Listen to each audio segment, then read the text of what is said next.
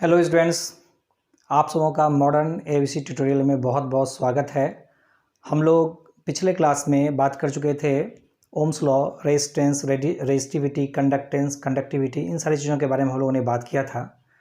लेकिन इस लेक्चर में हम लोग बात करने जा रहे हैं colour code of carbon resistance, है ना। Colour code of carbon resistance तो हम लोग ऐसा लिख देंगे, हेडिंग हम लोग ऐसा दे देंगे, carbon registers and their colour code. Carbon registers and their colour code, ठीक है ना। हम लोग कार्बन रेजिस्टेंस के कलर कोड के बारे में बात करते हैं। ये रेजिस्टेंस के बारे में हम लोग ऑलरेडी बात कर चुके हैं। रेजिस्टेंस है क्या? रेजिस्टेंस क्या है आप तो जानते हैं ना। कह रहा है क्या कि किसी भी कंडक्टर का एक इंटरनल प्रॉपर्टी होता है जो उस कंडक्टर से फ्लो होने वाले करंट का अपोज करता है। मतलब ये अपोजिंग प्रॉपर्टी का होता है, ठीक है, अपोज करने वाला प्रॉपर्टी का होता है। तो डिजिटल सर्किट में अगर हम लोग बात करें, किसी भी सर्किट में कई तरह के रेजिस्टेंस यूज होते हैं। एक तो जो हम लोग वायर से बनाते हैं, ठीक है ना, और एक होता है कार्बन रेजिस्टर्स। तो इलेक्ट्रॉनिक्स में बेसिकली कार्बन रेजिस्टर्स का ही यूज होता है ना। और वे रेजिस्टेंस इतने छोटे होते हैं कि उसके वैल्यू को उस पर लिख पाना संभव नहीं होता है। इसलिए हम लोग यहाँ पर कलर कोड का यूज़ करते हैं, यानी कलर देख करके आप बता पाएंगे कि कौन सा रेजिस्टेंस का क्या वैल्यू है और आप आसानी से उसका यूज़ कर पाएंगे, ठीक है ना। तो चलिए हम लोग देखते हैं carbon resistors and their colour code, है ना। तो एक लाइन सिंपली हम आपको बताना चाहेंगे कि इसमें कुछ खास बात नहीं है। बहुत एक सिंपल से एक टेबल हम लोग बनाएंगे और उस टेबल के बेसिस पर हम लोग रेजिस्टेंस निकालेंगे किसी भी रेजिस्टर्स का, ठीक है। तो हम लोग ऐसा कह देते हैं, एक लाइन हम आपको लिख के बता ही दे रहे हैं। In electronics, large number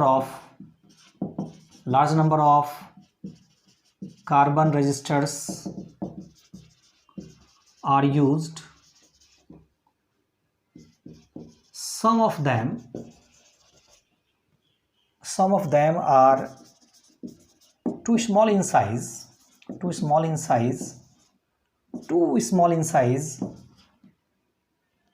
to mark their value on it, है ना। उसमें से कुछ इतने छोटे होते हैं उसका कि वैल्यू हम लोग मार्क नहीं कर पाएंगे। तब उसके लिए हम लोग क्या यूज़ करते हैं? तब हम लोग उसके लिए पैटर्न यूज़ करते हैं, बैंड यूज़ करते हैं, कलर बैंड यूज़ करते हैं, ठीक है।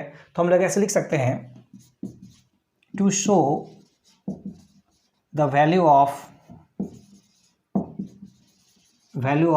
resistance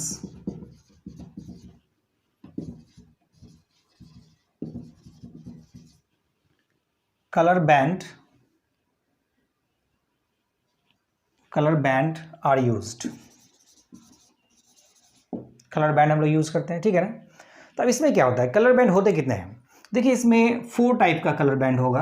अगर हम लोग एक रजिस्टर बना लें, ये देखिए एक रजिस्टर हम लोग बना रहे हैं, इसमें हम लोग ये फर्स्ट कलर बैंड बना दिए, है ना।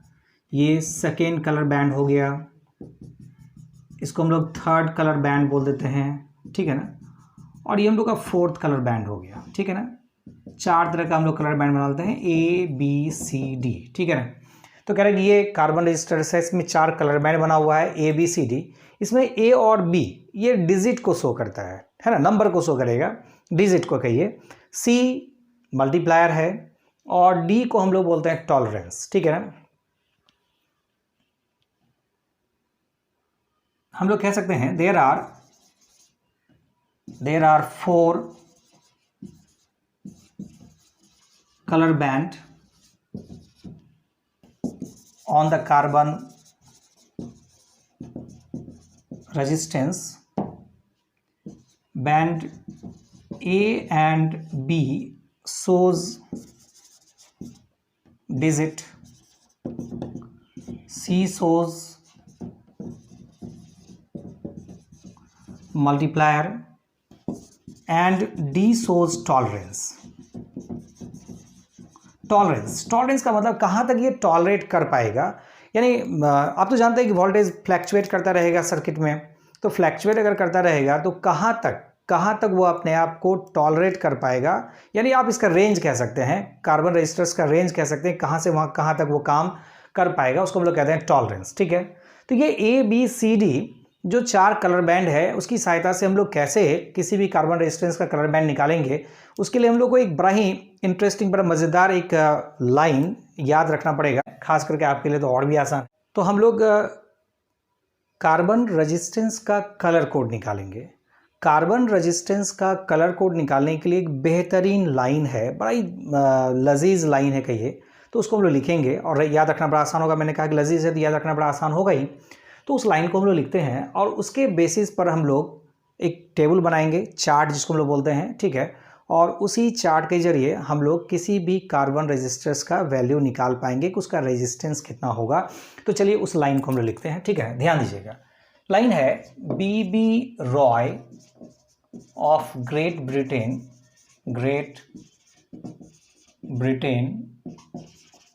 Very good wife wearing gold silver necklace। आप कहिए भाई ये कैसा लाइन है, कभी फिजिक्स में ऐसा लाइन तो देखने के लिए मिलता नहीं है ना, बड़ा इंटरेस्टिंग है। हाँ है, और इसके कैपिटल लेटर पर हम लोग फोकस करेंगे। कहाँ है capital letter? BB Roy Great Britain very good wife, ये स्मॉल से लिखेंगे, इसको छोड़ देंगे, गोल्ड सिल्वर और N फॉर नेकलेस, ठीक है ना। हम लोग इसी के बेसिस पर एक टेबल बनाएंगे। तो चलिए हम लोग टेबल बना लेते हैं। सबसे पहले ये देखिए एक टेबल हम लोग बनाने जा रहे हैं, छोटा सा टेबल है लेकिन है बड़ा इंटरेस्टिंग, बड़ा ही आसान भी है। तो ये हम लोग टेबल बना रहे हैं, ये यहाँ पर हम लोग देंगे नेम ऑफ द कलर, यहाँ हम लोग लिखेंगे डिजिट, इधर हो जाएगा मल्टीप्लायर, ठीक है, और यहाँ हो गया टॉलरेंस। टॉलरेंस कहते हैं किसको है? टॉलरेंस का मतलब है कि एक रेंज, कार्बन रजिस्टर का रेंज, जहाँ से जहाँ तक वो टॉलरेट कर सकता है उसी को हम लोग कहेंगे उसका टॉलरेंस, है ना। जहाँ से जहाँ तक वो टॉलरेट कर सकता है उसको हम लोग कहेंगे क्या? टॉलरेंस। तो एक रेंज होगा वो। कैसे? हम लोग जब न्यूमेरिकल बनाएंगे तो बहुत आसानी से उसको समझ पाएंगे, बड़ा क्लियर हो जाएगा। तो इस पर पहले हम लोग एक टेबल बना लेते हैं। कैपिटल लेटर को फोकस करना है, ध्यान रखिए कैपिटल लेटर को फोकस करना है। B फॉर ब्लैक, दूसरा B for brown, R for red, O for orange, Y for yellow, ठीक है, और G for green, B for blue, V for violet, G for grey and W for white, ठीक है ना। मेरे को लगता है कि कितना कलर? 10 कलर हो गया, 1 2 3 4 5 6 7 8 9 10, ठीक है ना। ब्लैक को हम लोग 0 से, इसका डिजिट 0 होगा, ब्राउन 1, रेड 2, ऑरेंज 3, येलो 4, ठीक है, ग्रीन 5, ब्लू 6, वायलेट 7, ग्रे 8 और वाइट 9, ठीक है। शायद समझ गए होंगे। 1 2 3 4 5 6 7 8 9 10 और ये 1 से 9 और 0, ठीक है। तो 10 कलर हम लोग यहाँ देख रहे हैं। मल्टीप्लाई यहाँ पर हो जाएगा 10 to the power 0, 10 to the power 1, 10 to the power 2, 10 to the power 3, 10 to the power 4, 10 to the power 5, 10 to the power 6, 10 to the power 7, 10 to the power 8, 10 to the power 9, ठीक है ना। इसमें तो कोई बात नहीं है।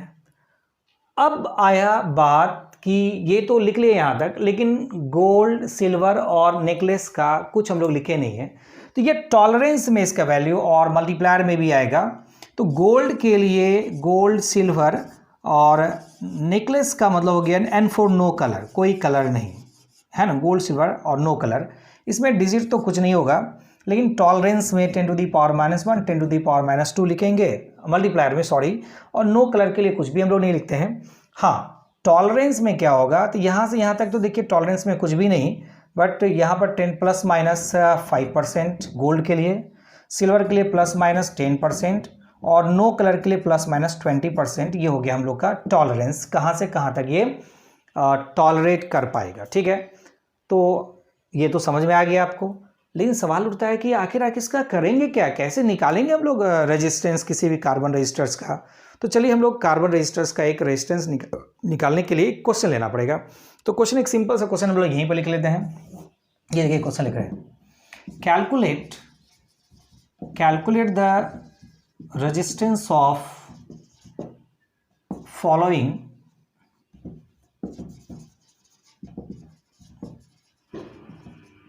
Carbon resistors, following carbon resistors, है ना। जो कार्बन रजिस्टर्स दिया हुआ है उसका हम लोग रजिस्टेंस निकालेंगे, है ना। देखिए क्या है कार्बन रजिस्टेंस में, इसको देख लीजिए। सपोज करिए एक कार्बन रजिस्टेंस है और यहाँ पर देखिए 4 बैंड हम लोग बना रहे हैं। एक हो गया, ये दूसरा हो गया, ये तीसरा हो गया और ये चौथा हो गया, ठीक है। तो हम लोग इसका वैल्यू निकाल रहे हैं। कैसे निकालेंगे? सपोज करिए ये आपको दिया हुआ है रेड कलर का और ये ब्राउन है, दिख रहा होगा ब्राउन हो गया। और ये सपोज करिए कि ये हो जाएगा सपोज करिए ऑरेंज, और ये है सिल्वर, है ना। देखिए बिल्कुल दिख रहा है कलर, मुझे तो दिख रहा है, पता नहीं आपको दिख रहा है कि नहीं दिख रहा है। दिख रहा है ना, रेड रेड दिख रहा है, ब्राउन कलर का तो दिख ही रहा ही है, ये ऑरेंज दिख रहा है और ये कैसा दिख रहा है, सिल्वर दिख रहा है, ठीक है ना। हम लोग इसका वैल्यू निकालेंगे। तो वैल्यू क्या होगा जरा सा देख लेते हैं हम लोग। आर निकालना रेजिस्टेंस। फर्स्ट दो पहला जो 2 है, मैंने बताया कि पहला 2 क्या बताएगा हम लोग को, डिजिट बतलाएगा। तो हम लोग उसको डिजिट में ढूंढेंगे। फर्स्ट में रेड क्या हो गया, रेड कहाँ गया, रेड का डिजिट 2 है, ठीक है ना। दूसरा ब्राउन का डिजिट 1 है तो 21 हो गया। थर्ड है मल्टीप्लायर, तो मल्टीप्लायर ऑरेंज है तो ऑरेंज के लिए मल्टीप्लायर 10 टू दी पावर 3 हो गया, 10 टू दी पावर 3, है ना। और बाद में है सिल्वर, तो सिल्वर हो गया ±10%, ठीक है। तो आप इसको देखिए, जरा सा देख लेते हैं हम लोग। तो इसका जो रेजिस्टेंस हो गया 21,000, है ना, ±10% ओम। ये हो गया हम लोग का resistance, colour code of carbon resistance, ठीक है ना।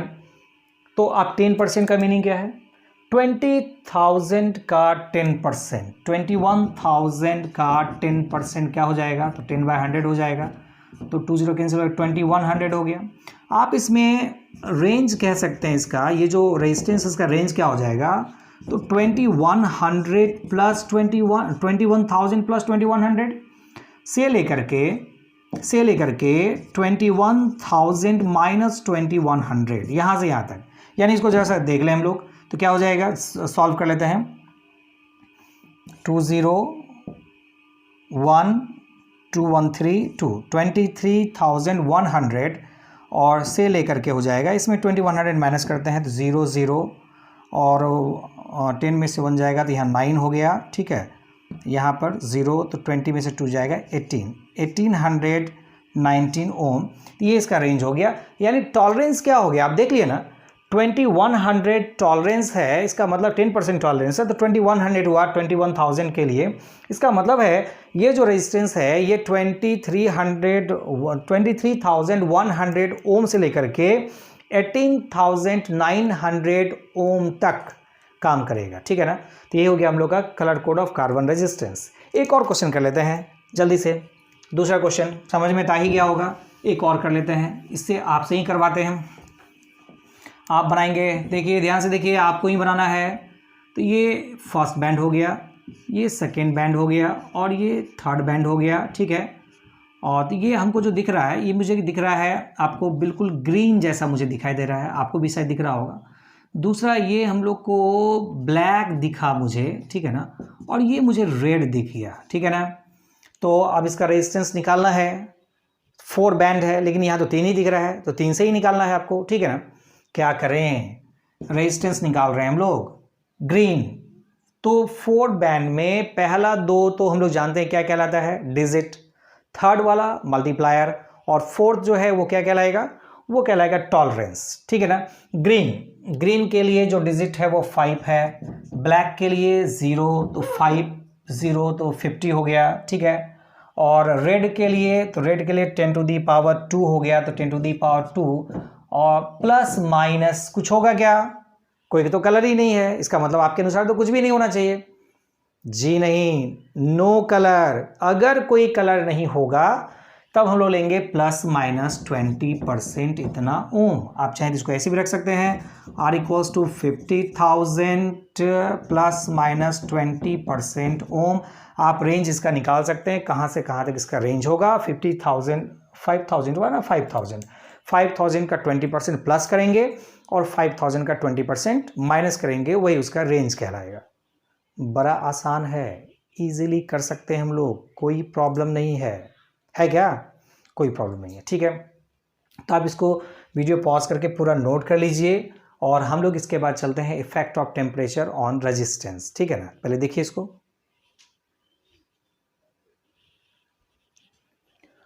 हो गया ना बच्चों। तो हम लोग अब चलते हैं effect of temperature on resistance of conductor.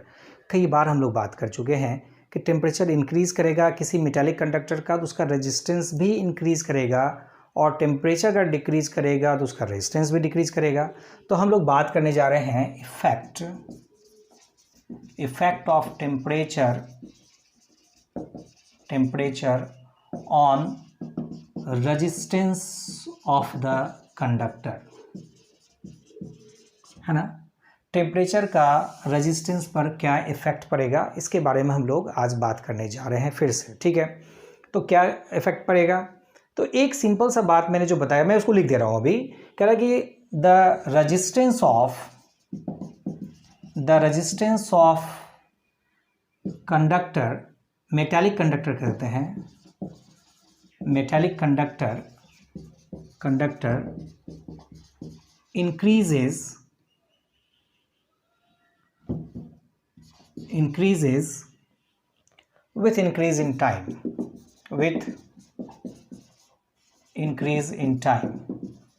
ठीक है। कह रहा है कि मेटालिक कंडक्टर का जो रेजिस्टेंस है टाइम है temperature, with increase in temperature the resistance of metallic conductor increases with increase in temperature and vice versa कर दें, vice versa, है ना। टेम्परेचर डिक्रीज करेगा तो रेजिस्टेंस डिक्रीज करेगा, टेम्परेचर इंक्रीज करेगा तो रेजिस्टेंस इंक्रीज करेगा, ठीक है ना। इसमें तो कोई बात नहीं है, समझ गए होंगे, ठीक है। तो इसका फॉर्मूला कैसे निकालेंगे, हम लोग एक फॉर्मूला पर चलते हैं। तो देखिए, सपोज करिए हम लोग बात कर रहे हैं, let the resistance of a metallic conductor at T1 and T2 degree Celsius R1 and R2, ठीक है। T1 और T2 डिग्री सेल्सियस पर जो रेजिस्टेंस है वो R1 और R2 है, ठीक है ना। तो इंक्रीज इन रेजिस्टेंस कितना हुआ, इंक्रीज इन रेजिस्टेंस, अगर रेजिस्टेंस में इंक्रीज की बात करें, चेंज हम लोग कह सकते हैं यहाँ पर, तो इंक्रीज हम लोग चेंज भी लिख देते हैं हम ब्रैकेट में यहाँ पर, चेंज या इंक्रीज इन रेजिस्टेंस क्या हो जाएगा, तो ये हो जाएगा R2 माइनस R1, ठीक है ना। और ये जो इंक्रीज है ये किस बात पर डिपेंड कर रहा है, सबसे इंपॉर्टेंट बात यहाँ पर है, ठीक है। नाउ अगर हम लोग ऐसा देखें तो R2 माइनस R1 वेरीजेस, किस पर डिपेंड करेगा ये R2 माइनस R1, किस बात पर डिपेंड करेगा, ये बड़ा इंपॉर्टेंट बात है, किस बात पर डिपेंड करेगा, मैं समझाने की कोशिश कर रहा हूँ। जैसे देखिए, सपोज करिए कि 5 डिग्री सेल्सियस पर ये T1 है और रेजिस्टेंस R1 जो है वो 10 ओम है। तो जब हम लोग T2 के बारे में बात कर रहे हैं, T2 हम लोग बढ़ा करके 10 डिग्री सेल्सियस कर दिए तो R2 कितना हो गया, R2 हो गया 20 ओम, है ना। टेम्परेचर डबल तो रेजिस्टेंस भी क्या हो गया, डबल। लेकिन अगर T1 5 डिग्री सेल्सियस पर रेजिस्टेंस अगर पहले से ही 20 होता तो T2 अगर 10 डिग्री सेल्सियस होता तो रेजिस्टेंस क्या हो जाता, तो 20 था तो 40 हो जाता। तो डिपेंड किस पर किया भाई, डिपेंड तो R1 पे किया ना, R2 का वैल्यू किस पर डिपेंड किया, R1 पर। It means change in resistance R2 minus R1 varies R1 पर डिपेंड करेगा।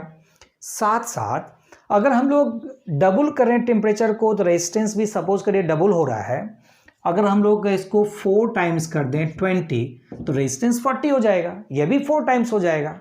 इसका मतलब डिपेंड किस बात पर कर रहा है, तो and R2 minus R1 varies T2 minus T1, temperature difference पर डिपेंड कर रहा है, दोनों ही बातों पर डिपेंड कर रहा है।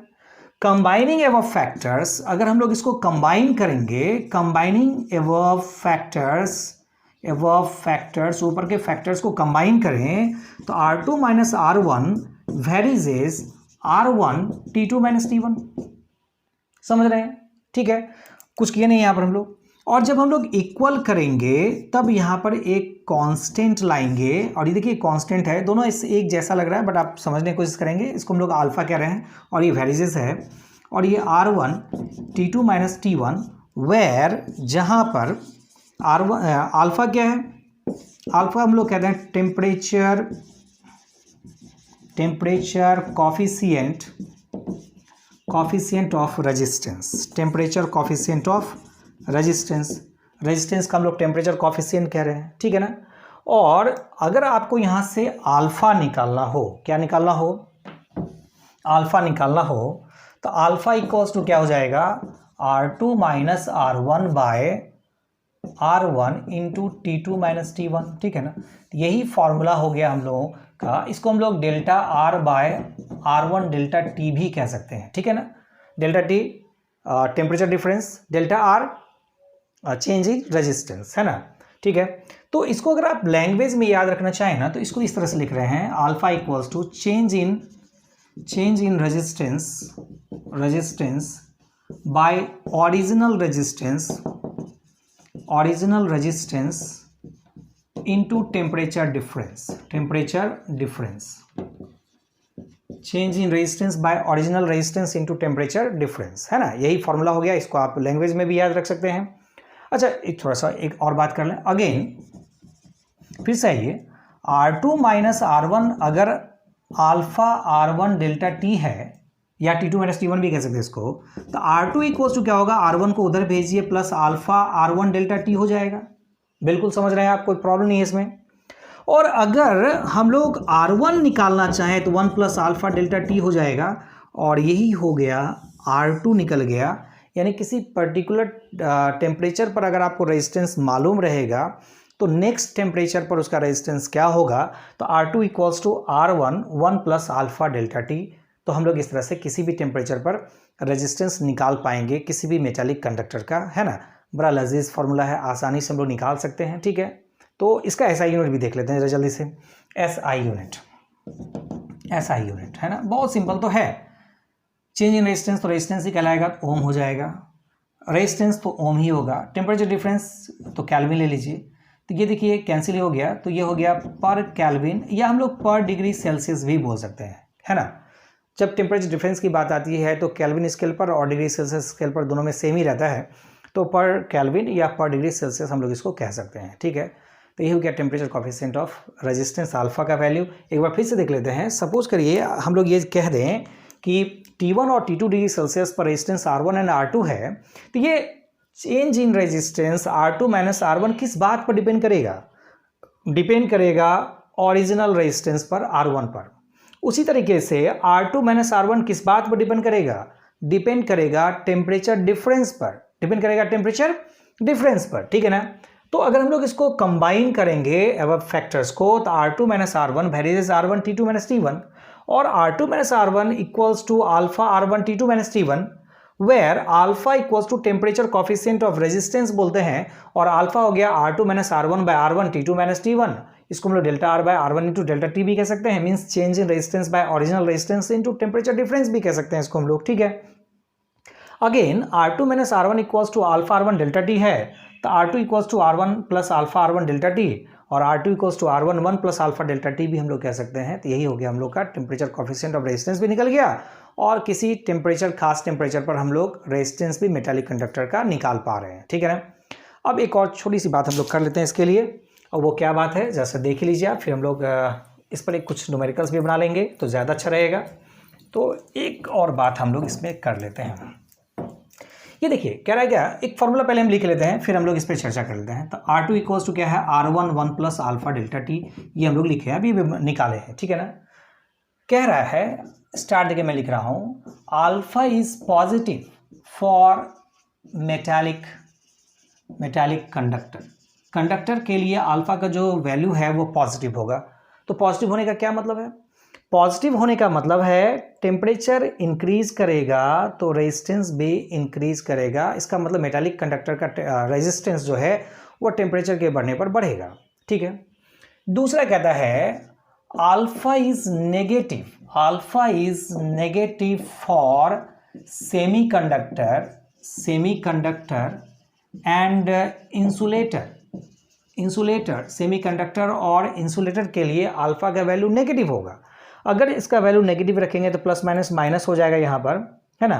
तो R1 में से इसको जब हम लोग सब्ट्रैक्ट करेंगे, इस वैल्यू को, इधर का वैल्यू को जब सब्ट्रैक्ट करेंगे तो डेफिनेटली रेजिस्टेंस जो है वो डिक्रीज करेगा। मीन्स टेम्परेचर के बढ़ने पर रेजिस्टेंस डिक्रीज करेगा। किसका? इंसुलेटर का और साथ साथ सेमीकंडक्टर का। बड़ा इंपॉर्टेंट बात है, इसको नॉलेज में रखेंगे। टेम्परेचर इंक्रीज करने पर रेजिस्टेंस डिक्रीज करेगा सेमीकंडक्टर का और इंसुलेटर का, जबकि कंडक्टर का टेम्परेचर इंक्रीज करने पर रेजिस्टेंस भी इंक्रीज करेगा। ठीक है ना। और थर्ड में अगर हम लोग बात करें, अल्फा इज नेग्लिजिबल कह सकते हैं, अल्फा इज ऑलमोस्ट जीरो, या ठीक है, alpha is almost zero for alloys, है ना, लाइक कॉन्स्टेंटेन, मैग्नीन एटसेट्रा। ठीक है ना। कॉन्स्टेंटेन, मैग्नीन, इन सारी चीज़ों के लिए अल्फ़ा का जो वैल्यू है वो ऑलमोस्ट जीरो होगा, यानी टेम्परेचर के बढ़ने पर रेजिस्टेंस पर कोई फ़र्क नहीं पड़ेगा। इसलिए हम लोग यूज़ करते हैं as a standard resistance coil. हम यहाँ लिख देते हैं used as a standard resistance coil. ठीक है। और कॉन्स्टेंटेन के बारे में या मैग्नीन के बारे में अगर आप जानना चाहें तो कॉन्स्टेंटेन बना हुआ होगा कॉपर, मैग्नीज और निकेल का। और जब मैग्नीन के बारे में बात करेंगे तो ये कॉपर और निकेल का बना हुआ होगा। ठीक है ना। तो इस पर हम लोग चर्चा कर लिए, यही था हम लोगों का। तो हम लोग इस पर कुछ न्यूमेरिकल्स ले लेते हैं। ठीक है ना। इसको लिख लीजिए आप।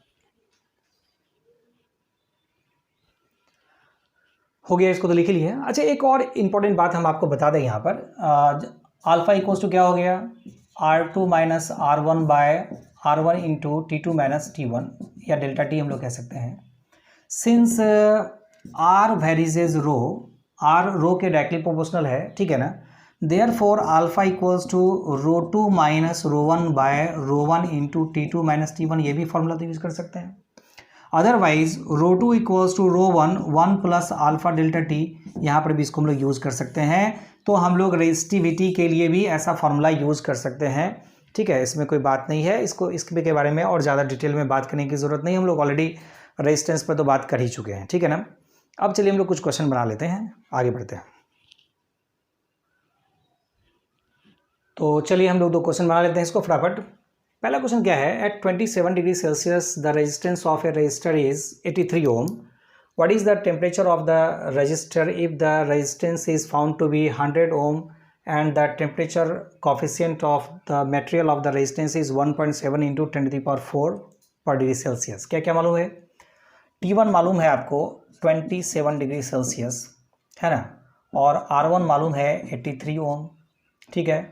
तो what is the temperature of the register, यानी T2 निकालना है आपको, एंड R2 मालूम है आपको 100 ओम। ठीक है ना। और जबकि अल्फा दिया हुआ है 1.7 इंटू 10⁻⁻⁴ पर डिग्री सेल्सियस। ठीक है ना। अल्फा इक्वल्स टू क्या जानते हैं, R2 minus R1 by R1 into T2 minus T1। ठीक है, यही जानते हैं। हम लोग को यहाँ से निकालना है T2 निकालना है, तो इसको इधर ले लीजिए। T2 minus T1 equals to क्या हो जाएगा, T2 minus T1 equals to क्या होगा, R2 minus R1 by R1 into क्या, अल्फा, वैल्यू पुट करते हैं। तो T2 minus T1 equals to R2 100 minus 83 by 83, R1 83 ही है। ठीक है, हाँ।